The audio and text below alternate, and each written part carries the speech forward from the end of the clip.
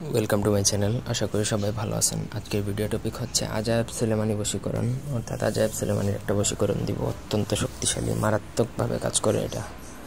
তো প্রথমত বলে রাখি, পুরো ভিডিওটা না টেনে শেষ পর্যন্ত দেখুন। অবশ্যই আমার চ্যানেলটা সাবস্ক্রাইব করবেন, লাইক কমেন্ট শেয়ার করবেন।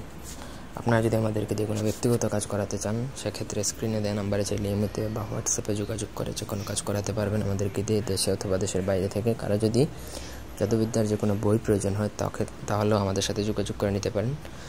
বই পিডিএফ অথবা হার্ড কপি নিতে পারবেন। তো এটা একটা ইসলামিক তদবির, অত্যন্ত শক্তিশালী এবং পাওয়ারফুল। যারা কাজ করবেন তারাই বুঝতে পারবেন। প্রথমত দুয়াটা বলে দিচ্ছি, উচ্চারণ বাংলায় দেওয়া আছে, তারপর আমি পড়ে শোনাচ্ছি। সেটা হচ্ছে বিসমিল্লাহির রহমানির রহিম। ইউহিব্বিনাহুম কাহুব্বিল্লাহি ওয়াল্লাযিনা আমানু আশাদ্দু হুব্বান লিল্লাহি।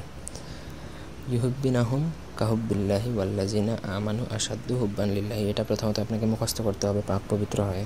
তারপর আপনি যেদিন কাজ করবেন চেষ্টা করবেন বৃহস্পতিবার হওয়ার। তো বৃহস্পতিবার রাত্রে বিসমিল্লাহ সহ আপনি 14 বার এটা পড়বেন। 14 বার পরে আপনি যে কোনো মিষ্টি জাতীয় দ্রব্যে ফু দিবেন। সেটা চিনি হতে পারে বা মিষ্টি জাতীয় যে কোনো কিছুর মধ্যে আপনি 14 বার পরে 7টা ফু দিবেন। এবং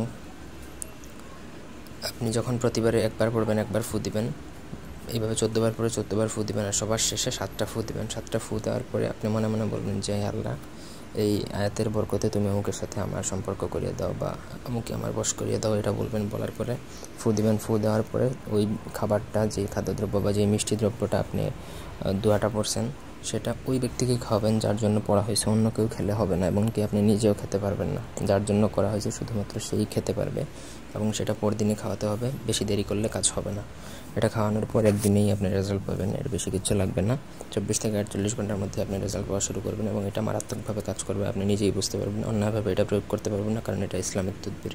ধন্যবাদ সবাইকে। আল্লাহ হাফেজ।